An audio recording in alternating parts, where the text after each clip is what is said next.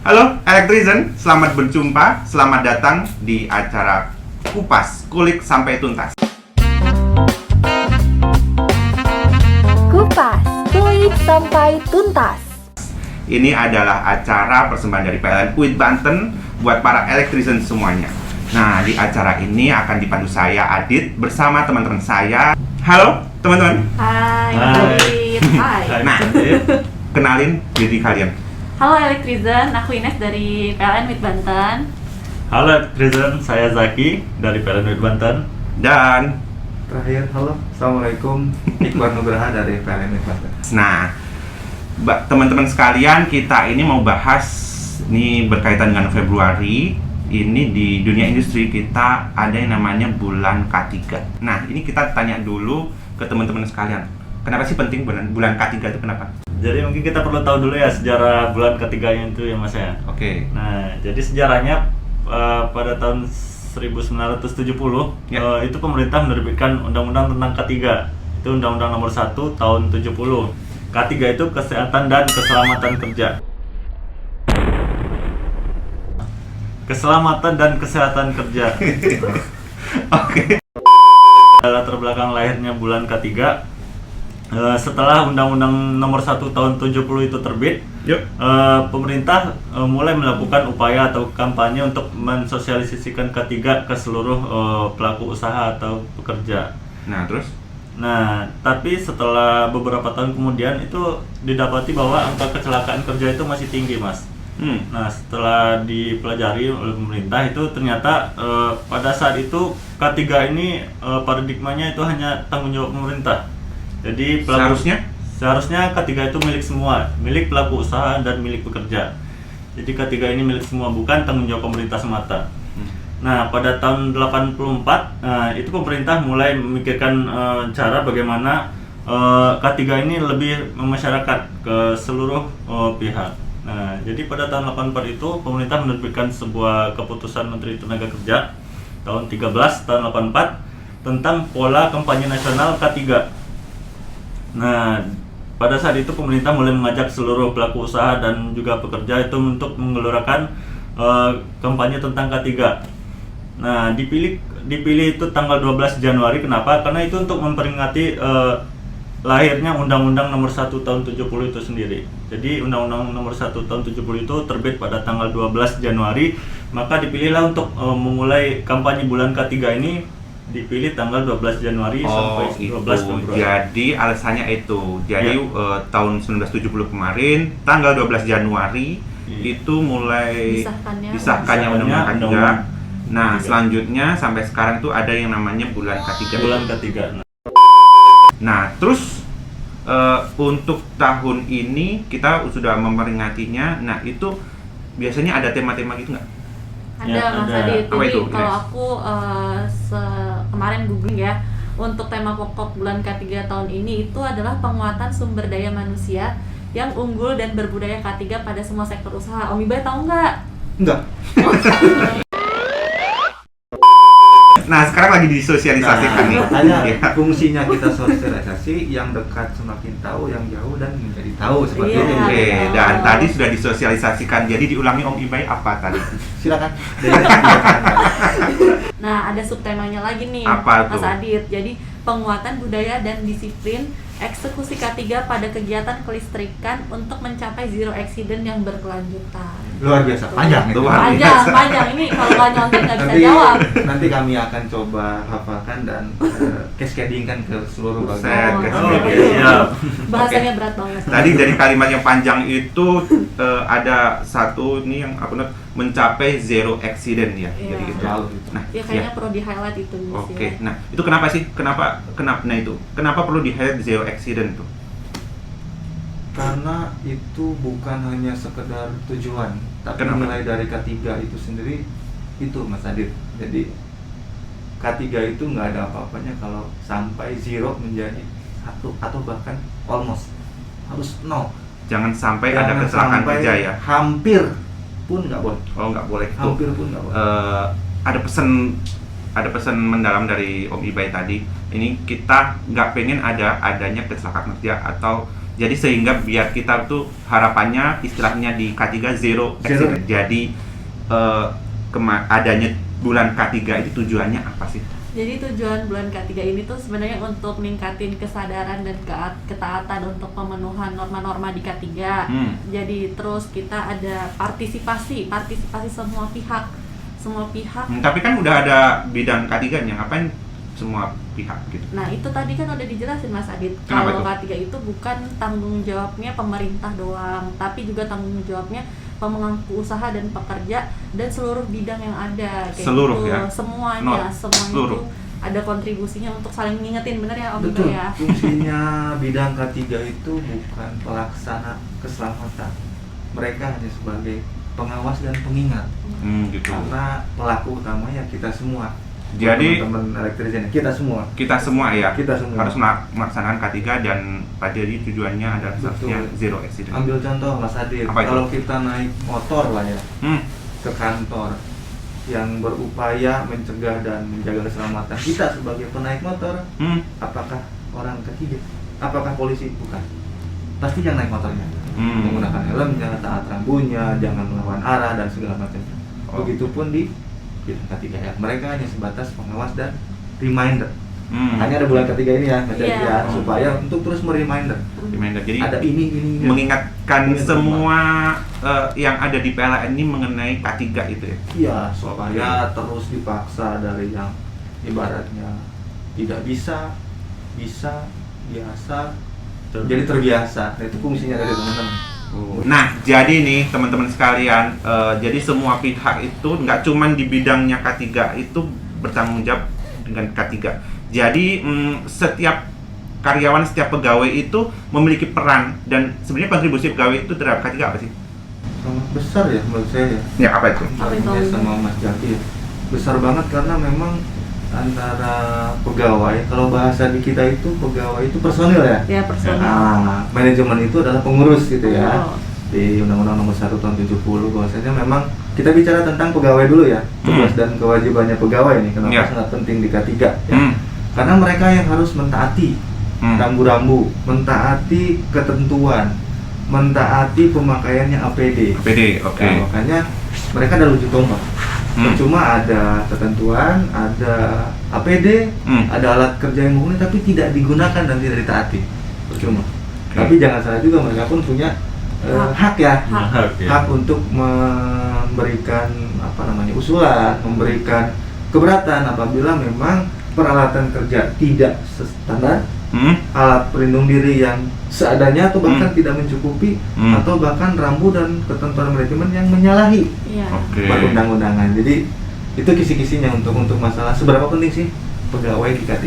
Itu seberapa penting dan itu banget. Dan mereka harus menerapkan aturan-aturan K3. Nah, itu emangnya penerapan K3 di kantor kita itu seperti apa? Mulai dari atribut atau helm atau apalah itu. Nah, itu penerapannya berupa apa aja sih? Mungkin kalau maksud Mas Adit itu APD ya Mas Adit. APD ya? Jadi sebenarnya nanti tolong dikoreksi ya Om Ibe sama Zai kalau saya ada yang salah. APD itu kan kita pakai berdasarkan sesuai pekerjaan dan resiko yang ada. Nah, kalau kita di kantor induk sendiri kan karena teman-teman cuma pengawas pekerjaan ya. Betul. Jadi kalau kita bukan pelaksana, kita itu APD yang digunakan itu helm, rompi dan sepatu safety. Tapi kalau untuk teman-teman pelaksana tentunya beda karena resiko pekerjaan mereka jauh lebih besar daripada pengawas pekerjaan kayak gitu. Nah, jadi itu tadi kontribusi pegawai itu benar-benar penting banget dalam penerapan K3 yang ada di kantor kita ini. Nah, dan selain itu ada apa lagi penerapan K3 di kantor apa? Kalau di kantor sih paling yang standar itu kita punya rambu-rambu ya. Rambu-rambu yang teman-teman mungkin masih coba ngaku yang masih suka ngelanggar kalau jalan di parkiran nggak lewat di jalur hijau, siapa angkat tangan? Bukan saya. Karena tidak 100% kita bisa berjalan terus. Barangkali sedang ada di benerin ya, lagi dicat ulang ya, kita nggak bisa. Itu orang kita jalan gitu kan. Jadi dari bidang K3 sendiri juga berusaha untuk menerapkan rambu-rambu itu gitu. Disediakan rambu-rambu yang proper lah ya. Yang secukupnya. Oke, nah itu tadi salah satu penerapan K3. Nah, selanjutnya ke tadi ada informasi dari aku juga ada yang namanya usaha dari perusahaan kita untuk menerapkan K3 ini, yakni salah satunya adalah dengan penerapan aplikasi Inspekta. Nah, itu bisa dijelaskan nggak? Aplikasi ini apa sih? Inspekta itu ada 3 poin penting sih filosofinya tuh apa Inspekta itu. Jadi wadah komunikasi buat dari seluruh pegawai buat nyampein kalau misalnya ada potensi bahaya di sekitarnya. Potensi bahayanya itu ada unsafe action atau unsafe condition. Ini mah Om Ibe udah pakar banget kalau ngejelasin itu. Jadi intinya dasarnya itu kenapa Inspekta ada itu, kita pertama mau meningkatin awarenessnya itu nggak cuma di pegawai tapi di mitra kerja juga, karena banyak pekerjaan PLN yang dilaksanakan sama mitra kerja, teman-teman nyantek misalnya kayak gitu. Jadi meningkatkan awareness, jadi kalau ada potensi bahaya itu apa sih, harus segera dilaporkan, segera ditindaklanjutin kayak gitu Mas Adit. Habis itu juga untuk compliance, pemenuhan ketaatan terhadap SOP. Jadi teman-teman yang laksanain pekerjaan di lapangan itu harus sesuai SOP dan sudah menggunakan tadi APD yang sesuai dengan pekerjaannya kayak gitu. Selanjutnya yaitu karena memang ini Inspekta ini memang untuk wadah komunikasi, jadi biar antara mitra kerja dan pegawai dan pengurus itu, jadi kita tahu apa aja ketidaksesuaian yang di lapangan dan harus ditindaklanjuti seperti apa kayak gitu. Tuh tambahan juga Mas. Apa itu? Mbak Ines. Iya. Filosofi dari teman-teman kita dari Kalimantan yang bikin Iya, dari Kalimantan tuh. Waktu kita upload juga Mas Uril. Inovasinya bisa dijadikan aplikasi korporat ya. Kita pacu juga buat para teman-teman pegawai yang lain barangkali bisa membuat hal yang sama. Jadi Inspekta ini lebih ke arah memperbanyak mata dari orang ketiga. Memperbanyak mata. Semakin banyak mata yang bisa melihat secara luas, semakin banyak ketidaksesuaian dan unsafe action dan unsafe condition yang bisa kita perbaiki. Karena kita hitung aja teman-teman dari K3 UIN hanya kurang dari 15 orang ya. Sedangkan cakupan wilayahnya ada dari Bayak sampai ke ujung Teluk Naga. Gak cukup. Makanya kita perbantukan menggunakan aplikasi ini dengan mata-mata yang lebih banyak. Jadi biar setiap pegawai itu bisa berkontribusi melalui aplikasi itu. Betul. Dan diharapkan jadi kita bisa berusaha meminimalisasi potensi adanya bahaya. Ya, oke. Nah, jadi harapannya itu apa sih sebenarnya dengan adanya bulan K3? Harapannya sih tadi mungkin juga udah disampaikan sama Mas Iqbar dan Zaki ya.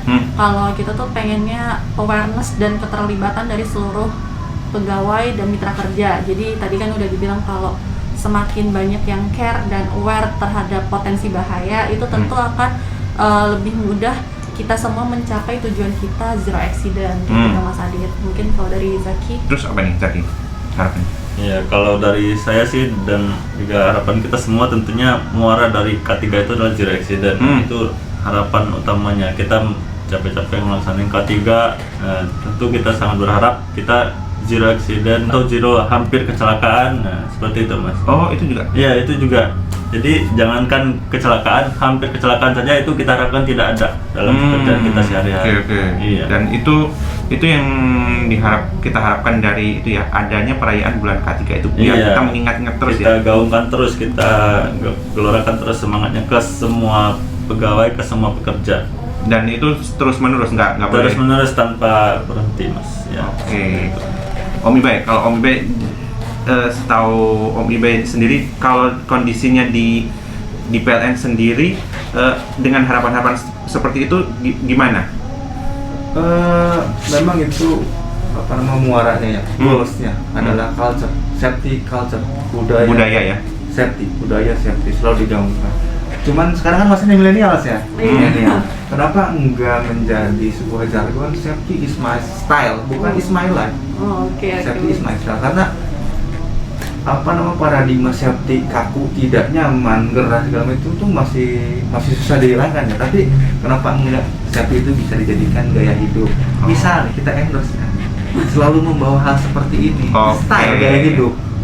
Ya bagus kan. anytime, everywhere bisa kita lakukan gitu kan. Oke. Menggunakan wear pack yang dengan bahan yang branded, dengan lebih dingin, Iya. Ada dengan brandnya. helm yang eye catching, segala Iya, macam ya. betul. Kenapa enggak gitu kan ya? Dengan pola sepatu safety yang tidak itu aja sekarang udah bisa ya, contohnya seperti ini gitu. Bukan endorse, Bukan tapi endorse, ya. bukan endorse. sekarang menekankan kalau memang sulit untuk mengikuti arahan orang lain ya, kenapa nggak dijadikan sebuah style, Lifestyle gaya, ya, lifestyle gitu kan. Safety is my style. Betul, karena sekarang kan kita juga mengkampanyekan sebuah OOTD. Apa Ya. itu? Bawa ransel, apa namanya, tumbler sendiri, hand sanitizer, itu kan style. Sekarang udah mulai banyak nih tempat seperti ini, udah ada warna ungu, pink, yellow gitu kan. Ya kenapa enggak di Iya, betul. safety itu sendiri. Jadi apa ya, harapan saya itu adalah safety sudah hanya menjadi sebuah slogan tapi jadiin gaya hidup lah. Itu aja. Safety nggak cuma slogan tapi gaya hidup kita semua yang ada di PLN, dan juga rekan-rekan sekalian juga kita berharap kita tetap selalu aman apapun aktivitas kita. Nah, oke, teman-teman sekalian, terima kasih banyak banget tadi yang udah di-share. Semoga dapat insight buat teman-teman sekalian. Terima kasih Luar biasa. sis bro dan bro juga. Terima kasih banyak. Dan teman-teman, ini kita sampai ada di ujung acara, dan yang terakhir kita akan menutupnya dengan yel-yel ya, Ya. Bro Zaki. Oke, jadi kita punya yel di ketiga itu ada yel-yelnya Mas ya. Nah, saya cobakan dulu, nanti diikutin ya, kita testing dulu ya. Oke. Kalau saya bilang safety, jawabannya yes. Saya bilang accident, jawabannya no. Saya bilang zero accident, pasti bisa. Oke, bisa ya? Oke, dan teman-teman sekalian bisa ngikutin Ya, ya. coba Oke, ikutin Zaki ya. bisa dimulai. Oke, siap. Safety, yes. Accident, no. Zero accident, pasti bisa.